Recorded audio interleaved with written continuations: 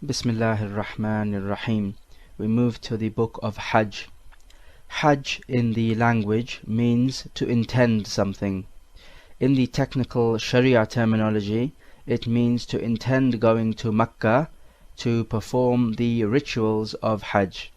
The virtues of Hajj and Umrah are truly great. Rasulullah ﷺ said, Al-Umrah ila al-Umrah kaffaratun ma baynahuma wal-Hajjul mabrur laysa lahu jaza illa al-Jannah. That from one Umrah to the next Umrah is an expiation for the sins in between them, and an accepted Hajj has no reward except for Jannah. Likewise, he also said, Man hajja lillahi falam yafsuq walam yarfuth raj'a كَيَوْمٍ وَلَدَتْهُ أُمُّهُ. Whoever performed Hajj for Allah and he did not commit any sin nor any sexual intercourse, then he will return from his Hajj just like the day when his mother gave birth to him, meaning clean of all sins. In another hadith he said, Al-Ghazi fi sabilillah wal-Hajj wal-Mu'tamir wafdullahi da'ahum fa'ajabuhu wa-sa'aluhu fa'a'tahu. That the fighter in the way of Allah and the one performing the Hajj and the one performing the Umrah are the delegation of Allah. He called them, so they answered him, and they asked him, so he gave them. So this hadith tells us that the dua of these three types of people is more likely to be answered because they are the delegation of Allah who have answered the call of Allah. The ruling on Hajj is that it is wajib to be performed once in your lifetime if you are able to. Allah Azza wa Jal says in the Quran, وَلِلَّهِ عَلَى النَّاسِ حِجُّ الْبَيْتِ مَنِ اسْتَطَاعَ إِلَيْهِ سَبِيلًا. That the Hajj is a duty that mankind owes to Allah for the one who is able to do it. Also the hadith of Ibn Umar, which tells us that Islam is built upon 5 pillars and one of them is the Hajj. Rasulullah ﷺ also said in the Sahih, أيها الناس إن الله افترض عليكم الحج فحجوا. O people, Allah has made obligatory upon you the Hajj, so perform the Hajj. This is a clear order. Is it wajib to perform the Hajj immediately when you are able to, or can you deliberately delay it? There are 2 opinions of the scholars. The majority opinion and the correct opinion is that it needs to be performed immediately when you are able to do so. They use as evidence the aforementioned evidences as well as the hadith in which he said, من أراد الحج فليتعجل فإنه يمرض المريض وتضل الضالة وتعرض الحاجة. Whoever wants to perform Hajj, then let him make haste in doing so, because he doesn't know, a person could become ill, or a person may lose some of his wealth, or some other need may crop up which will hinder him from performing the Hajj. There is also the hadith in the Sahih in which Rasulullah ﷺ said, بَادِرُوا بِالْأَعْمَالِ. Do not delay in performing the deeds, meaning acts of worship and all other types of good deeds. Don't delay. Likewise, the ayat of the Quran, فَاسْتَبِقُوا الْخَيْرَاتِ, and race to do good deeds. Having said all this, Rasulullah ﷺ did not hasten in making the Hajj. But the reason for that was, first of all, there were mushrikun in the Baytul Haram, and they were circumambulating the Kaaba naked, and also he had delegations coming to him accepting Islam, so he was kept busy with that. So for that reason he delayed performing the Hajj. What about the ruling on Umrah? Is it wajib or mustahab? The majority opinion here is that it is wajib, because in the Quran we are told وَأَتِمُّ الْحَجَّ وَالْعُمْرَةَ لِلَّهِ, and complete the Hajj and Umrah for Allah. And there is also the hadith in which Aisha radiallahu ta'ala anha asked Rasulullah alayhi salatu wasalam, is there jihad upon women? And he said, yes, there is a jihad which does not include fighting, al-Hajj and Umrah. So he made Umrah wajib upon the woman. So if it's wajib upon the woman, then upon a man the ruling will be the same. In this book there are 11 fundamental rules, so let's take the first fundamental rule. These are the conditions for the Hajj to become obligatory upon you. And there are 6 of these, so making a note. Number 1, al-Islam. Number 2, al-Aql. Number 3, al-Baligh, is that he needs to be an adult. Number 4, he needs to be free, not a slave. Number 5, he needs to have the ability to perform the Hajj. And number 6, this is for the woman specifically, she must have a mahram male accompanying her in the journey. Let's go through this. Number 1, al-Islam, because the kuffar are not allowed in the Masjid al-Haram, and this is the order in the Quran. Likewise, all the acts of worship which a kafir does will not be accepted from him. Number 2 is al-Aql, because the pen is lifted from the insane. Number 3 is al-Baligh, because the pen is lifted from the child until he reaches puberty. But the Hajj of a child before puberty is correct, and his parents will be rewarded for it. Number 4, he has to be a free person, because a slave is busy in the services of his master, and if a slave was to perform Hajj, then if he became free, he would have to perform the Hajj again, because a Hajj is accepted only from a free person. Number 4 is that you need to be able to do it. This means you have the health and the wealth. If you are an extremely old person and will find it difficult to perform the Hajj and you don't have anybody to take you there and support you, then if you have the wealth, you can delegate somebody to perform the Hajj on your behalf. Point number 6 is that the Hajj is not obligatory upon a woman unless she has a mahram accompanying her. The mahram is somebody who is forbidden from marriage to her due to blood relations or relations of breastfeeding or relations of marriage. The men who are forbidden from marriage to her from the blood relations and breastfeeding relations are her father, her son, her brother, her paternal uncle, the sons of her paternal uncle, the sons of her sister, and her maternal uncle. So these are 7 types of men who can be her mahram from the lineage relations and the breastfeeding relations. What about her mahram from the marriage relations? These are the fathers of her husband, meaning a father and grandfather and up that line. The sons of her husband, the son, the grandson, and downwards that line. Thirdly, the husband of her mother, if he has consummated marriage with her mother. Fourthly, the husband of her daughter. So these are 4 types of men who are forbidden from marriage and can be her mahram from the marriage relations. So in summary, there are 7 types of men who can be her mahram from blood relation, 7 types of men who can be her mahram from the breastfeeding relations, and these are the same types of men.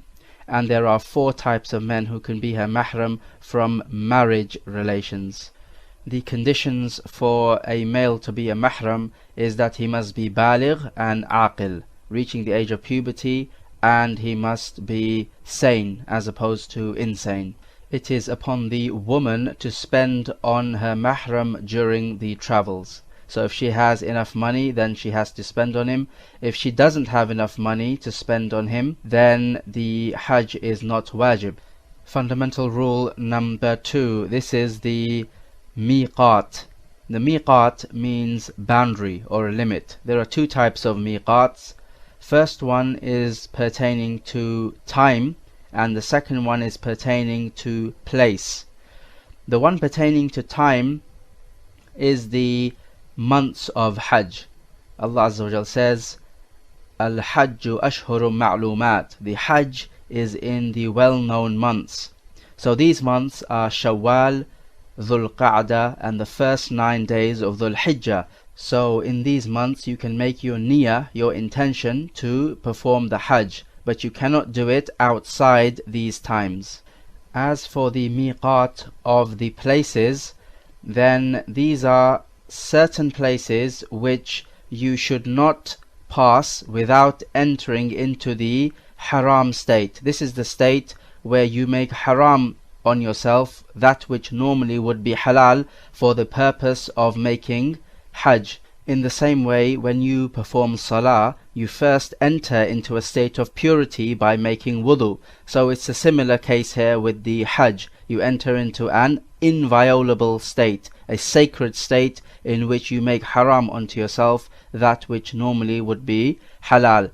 And you enter into this state at the miqat. And we'll discuss what these mawaqit are. And there's 5 of them to note, so this is to be memorized. Number 1, the miqat for the people of Medina is a place called Dhul Hulayfa, which is about 11 kilometers from Medina. Number 2, the miqat for people of Sham and Egypt is a village called Al-Juhfa.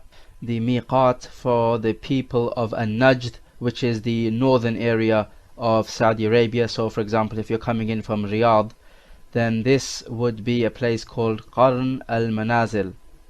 The miqat for the people of Yemen is a place called Yalamlam, and the miqat for the people coming in from the east is a place called Dhatu Irq.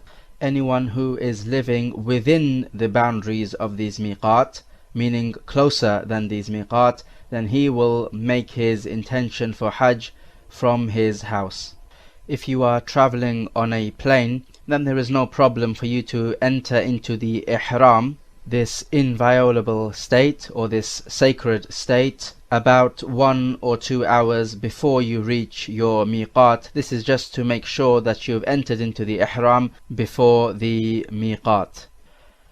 Fundamental rule number 3, these are those things which the person in ihram is forbidden from doing. And there are 11 of these, so making a note and memorizing. Number 1, wearing clothing which wraps around your body and is stitched. This is for the male only. Number 2, covering the head. This is for the male only. Number 3, putting on perfume. Number 4, shaving the hair. Number 5, cutting the nails. Number 6, hunting animals which are usually hunted. Number 7, to propose a marriage. Number 8, to conduct a marriage contract. Number 9, sexual intercourse. Number 10, al-mubashara, which is kissing or fondling your spouse. And number 11, to wear the niqab or gloves. This is for the woman only. Okay, let's go through these.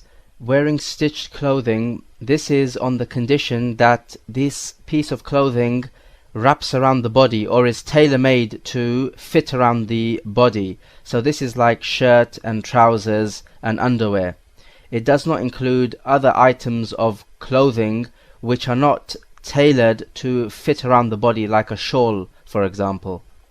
The key hadith when it comes to the wearing of clothing in the ihram is the hadith in the 2 sahihs, when a man asked Rasulullah ﷺ, what does a muhrim wear? He replied, لا يلبس القميص ولا العمائم ولا السراويلات ولا البرانس ولا الخفاف إلا أحد لا يجد نعلين فليلبس الخفين وليقطعهما أسفل من الكعبين ولا تلبسوا شيئا من الثياب مسه الزعفران ولا الورس.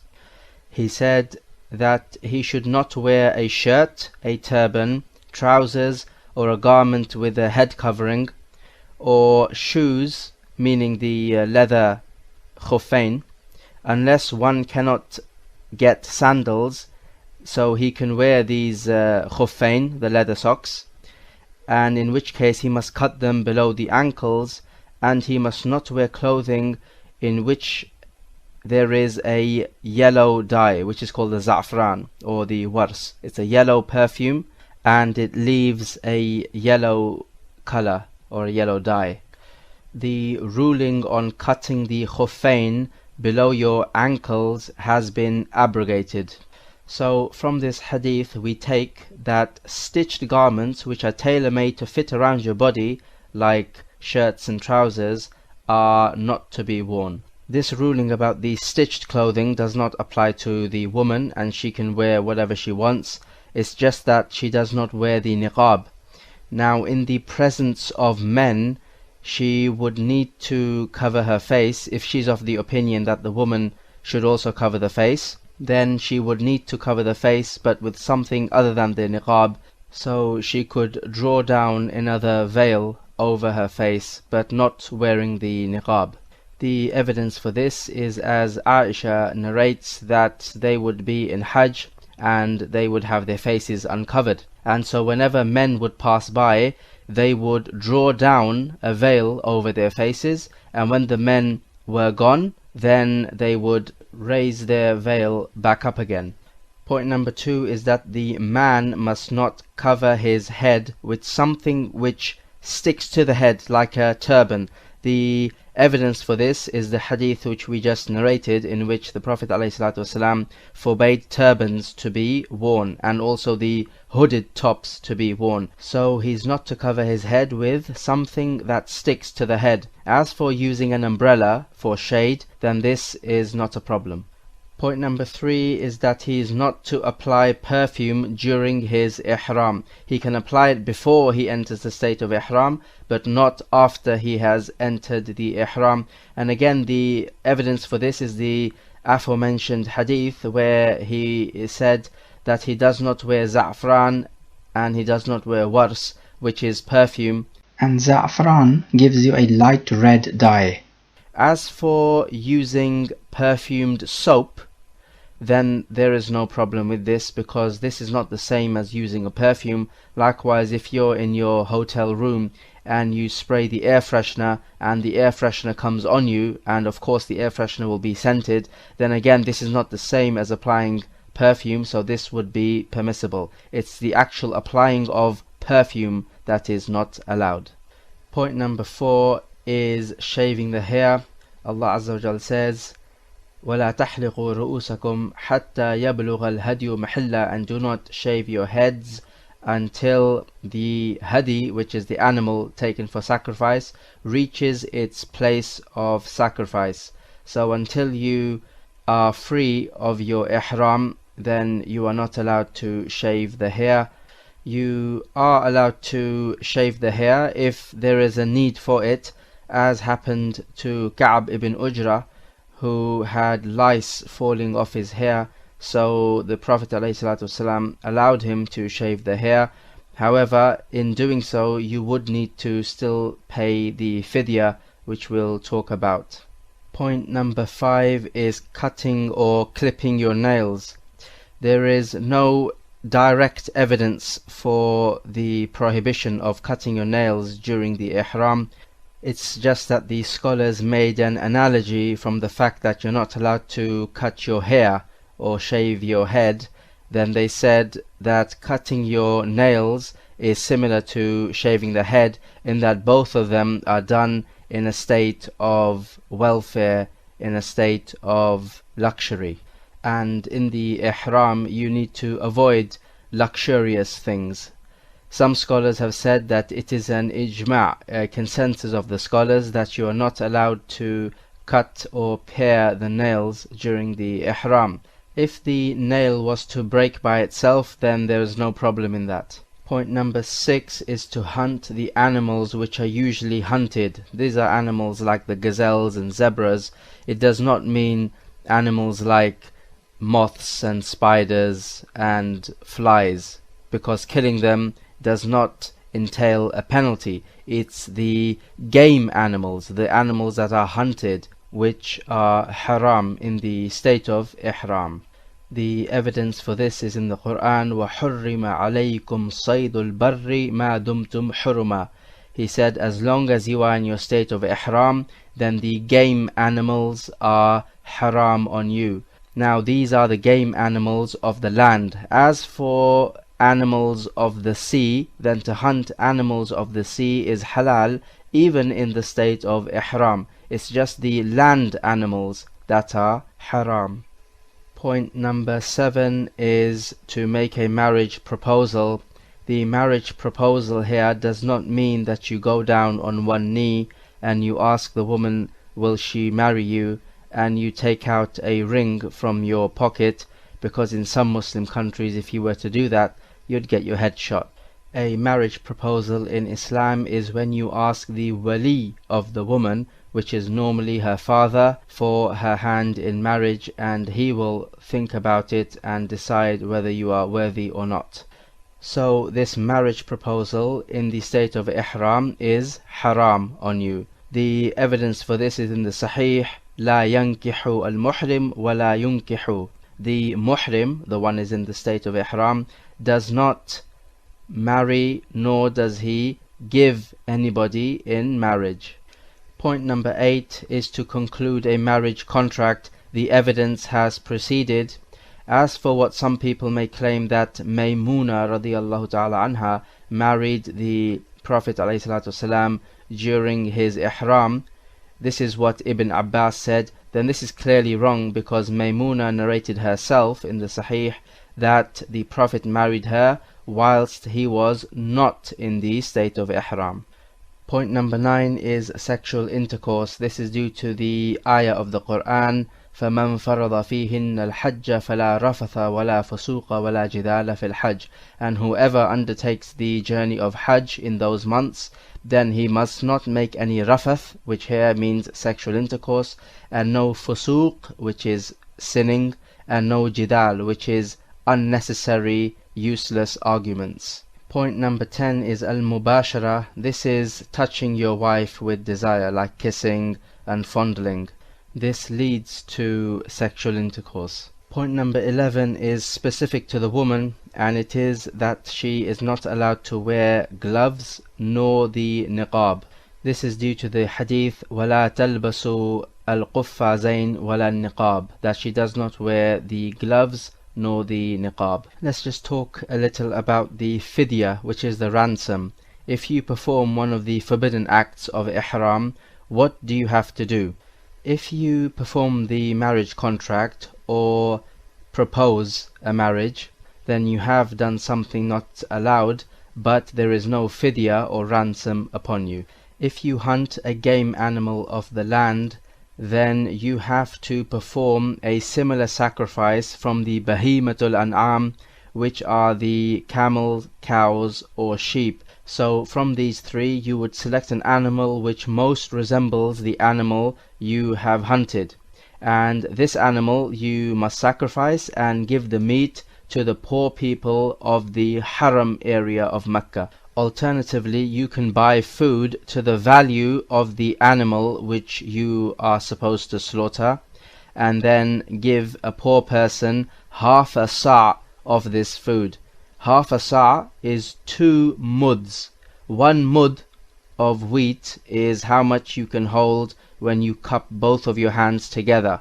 So that's 1 mud. You need to give 2 muds of wheat. So if, for example, you're giving rice, then you would have to equate the amount of rice to 2 muds of wheat, and then this amount of rice you give to a poor person. How many poor people you feed depends on the value of the food which you bought, which in turn depends on the value of the animal which you should have sacrificed. The third option in this case is that you can fast 1 day for every poor person which you would have fed. As for sexual intercourse, then first you need to know that there are 2 releases from the ihram, the first release and the second release. The first release is when you throw the stones at the Jamrat al-Aqba on the 10th of the Hijjah, and when you shave or shorten the hair. At this stage, all those things that were haram for you in the state of ihram have now become halal, except sexual intercourse. The second release is when you throw the stones, shave the hair, and also perform the tawaf and the sa'i. After the second release, everything, including sexual intercourse, is now halal for you. If you have sexual intercourse before the first release, then you have to sacrifice a camel, nothing less than that, and your Hajj has become null and void. You must repeat it the following year.